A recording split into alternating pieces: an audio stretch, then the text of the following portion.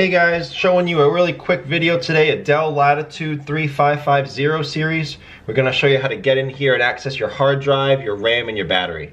They're all accessed the same way in the same area, so it's pretty straightforward. We'll show you how to get in there and then what to watch out for as you're swapping those out.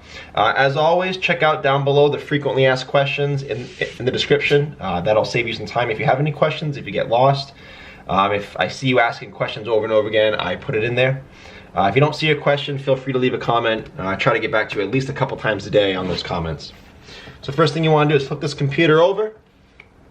We're going to unscrew the bottom case. Kind of straightforward and easy in this model. Just 2 screws here for this main panel that goes all over. And then there's a little hole right there that you can put a pry tool in. Right up top in the middle. That's what I'm going to access to pop that panel up. And I'm just going to pull the thing off. Just like that. So that comes off just with those 2 screws being unattached. Let me zoom in here a little bit for you.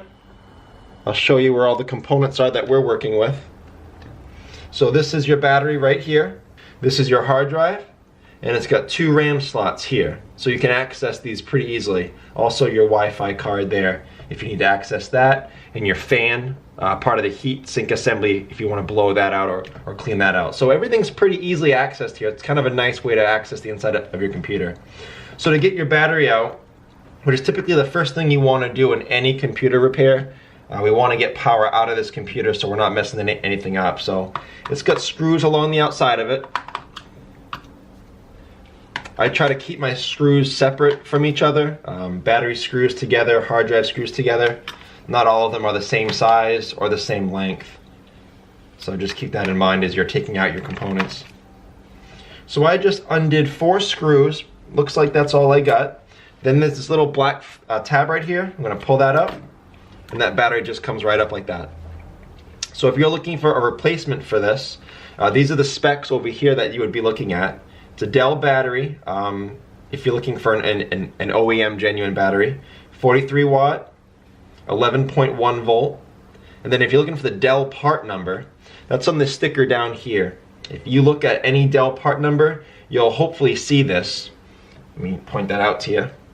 It's got 2 letters here, 5 digits, and then 5 more digits. This is your Dell part number, this middle one. So in my battery, it says 01V2F6. So that's your part number. Sometimes it's shortened by dropping the first 0. So your part number could also be 1V2F6. But if you're on eBay or Amazon or any sites like that and you're looking for a replacement, that's the part number that you would use to find this battery. And then of course you'd have to make sure that these matched up.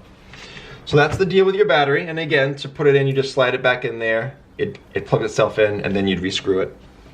So now moving on to the hard drive is over here. As usual, hard drives are held in by caddies, which the caddy is then screwed into the computer to keep it from shifting and wiggling out. So we'll unscrew the caddy.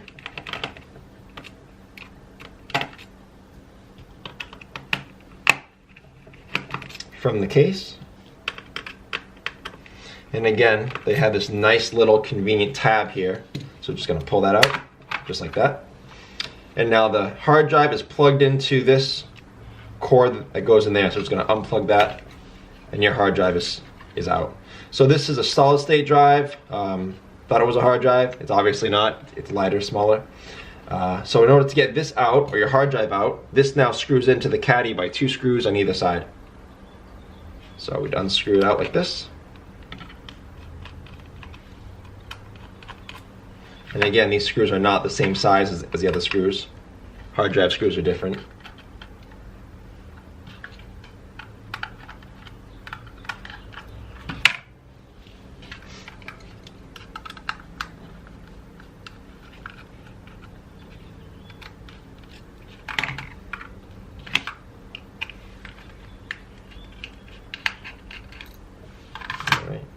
Now keep in mind on your hard drives, when you're removing this from the caddy, it plugged in this way, make sure the orientation of your caddy is the same.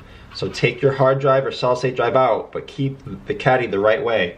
And then make sure how your hard drive plugged into it. So when you're putting the new one in, you're not putting it in like this or like this. you're putting it in the correct way.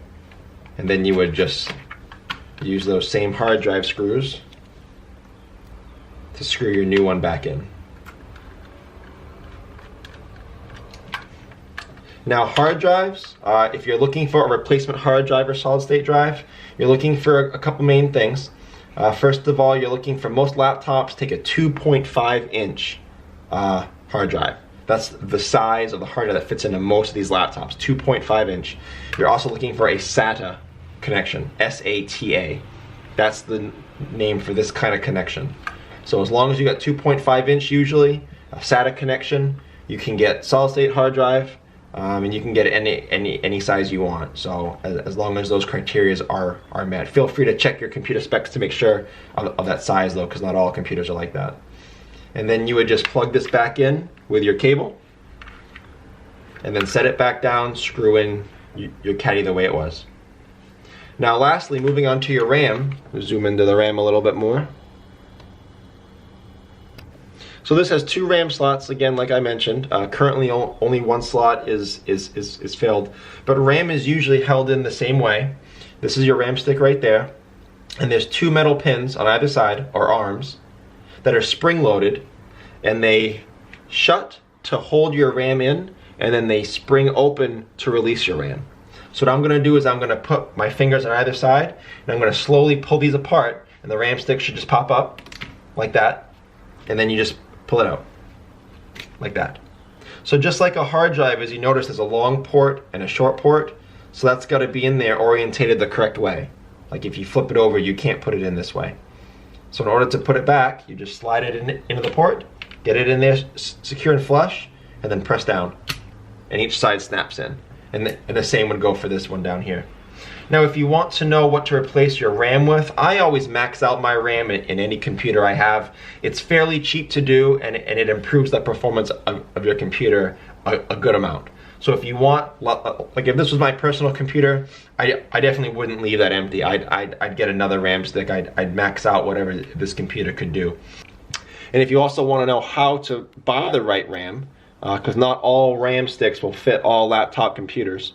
If you want to know how to find the right RAM for your computer, I'll have that link in the description below as well. So if this helped, please like and share. If you have any questions, leave them below. And if you like do-it-yourself computer repair, please subscribe. Thank you so much for watching.